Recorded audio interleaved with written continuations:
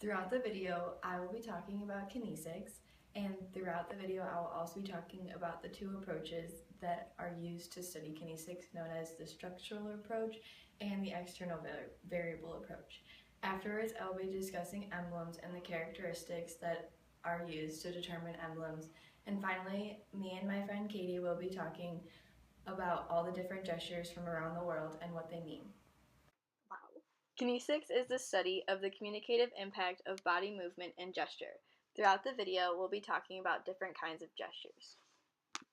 A common gesture is a handshake or a hug. As stated before, the two approaches to looking at gestures and movement are the structural approach and the external variable approach. First off, I will start off by explaining what the structural approach is. The structural approach to kinesics is that they view communication as a structured system and presume this system is independent of the specific behaviors people engage in during particular interactions. Scholars believe that all behavior should be presumed to be learned socially and to have communicative value.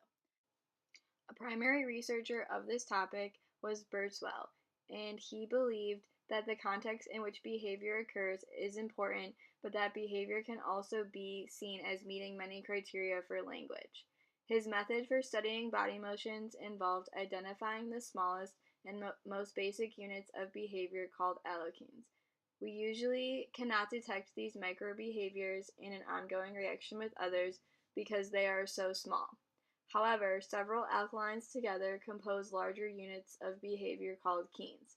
However, according to Birdwell, even kenes cannot be meaningful in a conversation.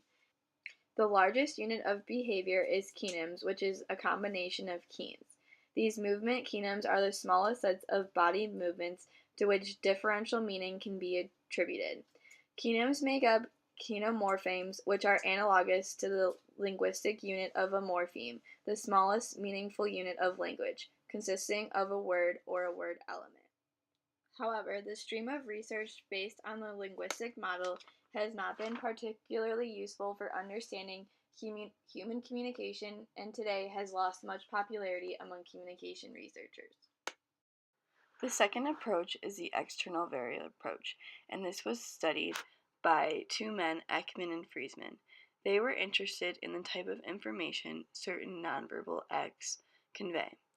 They believed that movements can convey idiosyncratic information or shared information.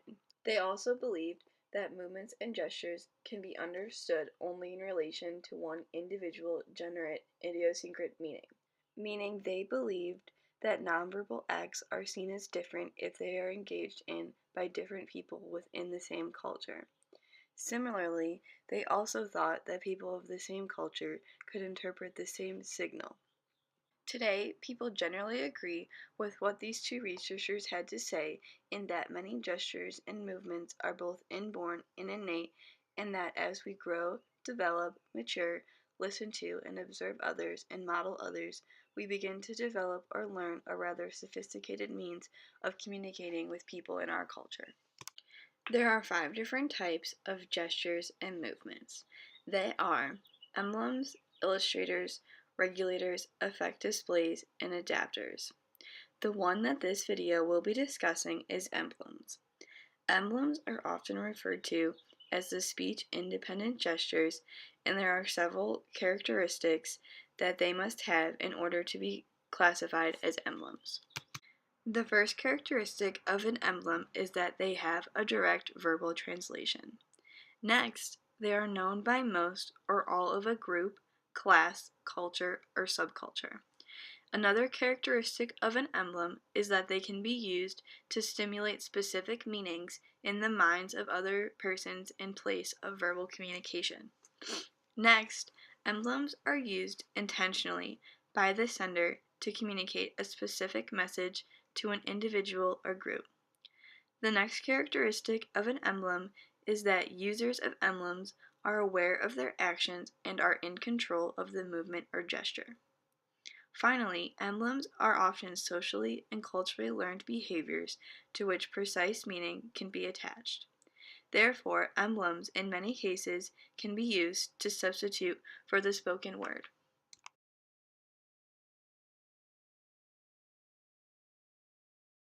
Gestures can signal hellos, goodbyes, agreement or disagreement, hunger, thirst, happiness, sadness, and surprise. The first gesture that you see is the OK sign. In Australia, the United States, the UK, and Canada, this symbol indicates satisfaction.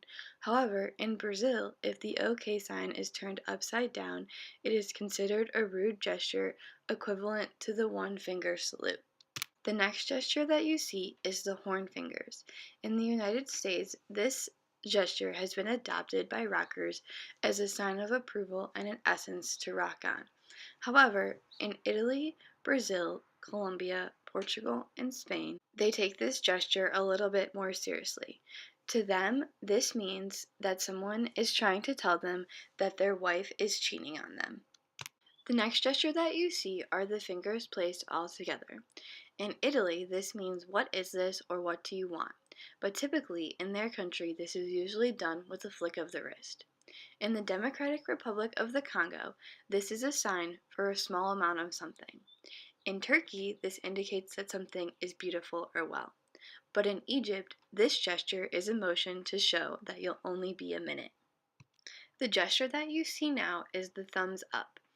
In Australia, the United States, UK, Canada, and Russia, this is often seen as a sign of approval. However, in countries like Latin America, West Africa, Iran, Iraq, and Afghanistan, this is seen as a negative gesture, and oftentimes people become offended when you use this gesture within their culture.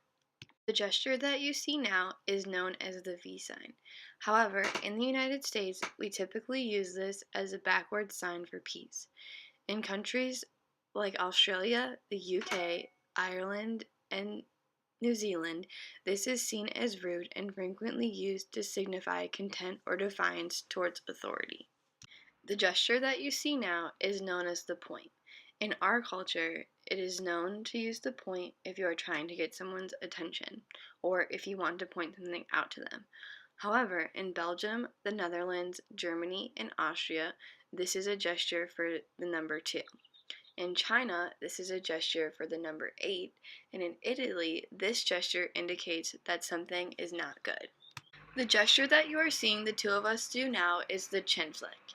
In France, Belgium, and Tunisia, this is used to express supreme disinterest or to tell somebody to get lost. However, in Italy, it means that I don't give a damn. The gesture that you see now is known as the outward hand. In countries like Greece, Africa, and Pakistan, this is seen as insulting or confrontational due to their history. This idea evolved from the traditional practice of rubbing dirt or ashes into the faces of convicts, so this gesture is highly offensive to them. The final gesture that we will be showing you is the awkward turtle. In the United States, this is used for public acknowledgement that one's cafe has caused social embarrassment. Also, in American Sign Language, this is used to mean platypus. Thanks for watching my video. I hope that you can see that gestures are different all throughout the world and maybe you learned a little bit more about kinesics.